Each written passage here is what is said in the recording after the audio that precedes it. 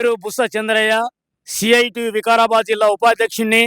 కోడంగల్ నియోజకవర్గ కేంద్రం లోపల కోడంగల్లో ఎరువుల దుకాణాల లోపల విచ్చలవిడిగా రైతులను పొట్టగొట్టేటటువంటి ప్రయత్నం చేస్తూ ఉన్నారు.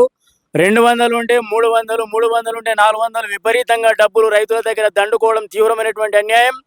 కాబట్టి ఈరోజు కోడంగల్ నియోజకవర్గ ముఖ్యమంత్రి నియోజకవర్గం లోపల ఇలాంటి అవకతవకలు జరగడానికి వీల్లేదు. కాబట్టి సంబంధిత వ్యవసాయ అధికారులు జోక్యం చేసుకొని తక్షణమే దాన్ని సమస్యను పరిష్కరించాలి.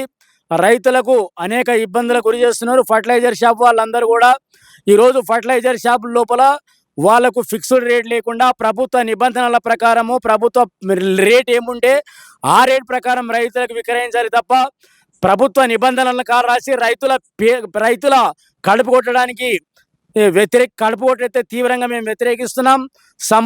సంబంధిత అధికారులు కూడా జోక్యం చేసుకొని దీన్ని తక్షణమే కట్టడి చేయాల్సినటువంటి అవసరం ఉంది.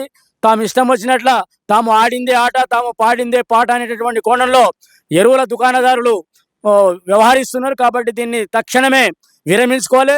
లేకపోతే ఒకవేళ విరమించుకోకపోతే, మార్పు జరగకపోతే ఈ కోడంగల్ నియోజకవర్గంలోని మొత్తం రైతులందరినీ కూడా తీసుకొచ్చి అంబేద్కర్ చౌరాస్తాలో, కోడంగల్ అంబేద్కర్ చౌరాస్తాలో పెద్ద ఎత్తున రైతుల తరఫున పోరాటం చేస్తాం. ఈ దేశానికి అన్నం పెట్టే రైతు చావు బతుకుల పాలయ్యాడు. మట్టిలో నుండి మాణిక్యాన్ని తీసే రైతుల చేతులు ఒట్టివైపోయినాయి. రైతు కంట్ల కన్నీళ్లు గారితే, ఎత్తు కంట్ల కన్నీళ్లు గారితే ఈ దేశానికి, రాజ్యానికి కనిష్టం.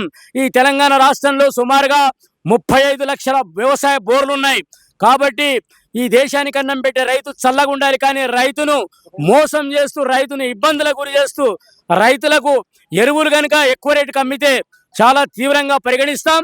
ఇప్పటికైనా కోడంగల్లో ఫర్టిలైజర్ షాప్ వాళ్ళందరూ కూడా ప్రభుత్వం నిర్ణయించినటువంటి ఏదైతే రేటు ఉందో ఆ రేట్ బోర్డును మెను పెట్టాలి. బోర్డు ఆ షాపుల దగ్గర ప్రజలకు, రైతులకు అందరికీ కనిపించడంలో అందుబాటులో పెట్టాలి. ప్రభుత్వం ఏదైతే ఆదేశాలు ఇచ్చిందో ఆ ఆదేశానుసార ప్రకారమే ప్రభుత్వ ప్రకారమే రేటు తీసుకోవాలి. కానీ దానికి అదనంగా వసూలు చేయడం తీవ్రమైనటువంటి అన్యాయం. రైతుల పొట్టగొడితే మాత్రం ఏ మాత్రం ఉన్నది ఎర్రజెండాతో పెట్టుకుంటే నెత్తి మీద ఉంగరం పోసుకున్నట్ల కండే నలుసు లేక కాలు కింద పల్లేరు కాలి ఎర్రజెండా వ్యక్తి, ఒక్క ఎర్రజెండా వ్యక్తి 1000 మందితో సమానం. కాబట్టి రైతులందరినీ కూడా సమీకరించి ఈ ఫర్టిలైజర్ షాపుల మీద రాబోయే కాలంలో మార్పు లేకపోతే పెద్ద ఎత్తున సమరశీల పోరాటాలు చేస్తాం. అవసరం అనుకుంటే ఆందోళన చేస్తాం, నిరాహార దీక్షలు చేస్తామని తెలియజేసుకుంటూ ఈ అవకాశం ఇచ్చినటువంటి ఎలక్ట్రానిక్ మీడియా, ప్రెస్ మీడియా, విద్యాభావుల వ్యక్తులు, మేధావులు, ప్రజాస్వామ్యవాదులు, విద్యావంతులు, రైతులకు అందరికీ పేరు పేరు నమస్కారం. ఈ రైతులకు మాత్రం మళ్ళీ అధికారులకు ఈ యొక్క ఫర్టిలైజర్ షాపులకు చెప్తున్నాను. అధికారులు, సంబంధిత వ్యవసాయ అధికారులు కూడా దాన్ని పర్యవేక్షణ చేయాల్సినటువంటి అవసరం తెలియజేసుకుంటూ థ్యాంక్ యూ అందరూ. ఈరోజు కోడంగల్ నియోజకవర్గ కేంద్రంలో వ్యవసాయ శాఖ లోపల మొత్తం పోస్టులన్నీ ఖాళీ ఉన్నాయి.